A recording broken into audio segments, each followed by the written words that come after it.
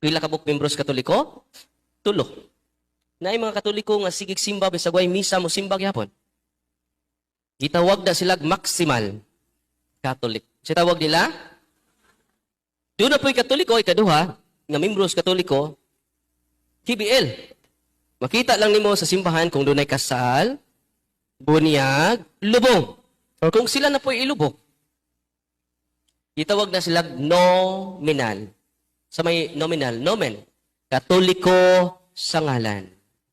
Sa tawagan nila, nominal. Ang ikatulong Katoliko, bisag doon ay kasal, 2 aras gawas sa simbahan. Di, jud na, musod. Kung doon ay bunyag, adto ra nagawas sa simbahan. Di, jud na, musod. Kung doon ay lubong, di, jud na, musod sa simbahan. Adto ra nas gawas, manabako. Sa tawagan na, animal. Butangin!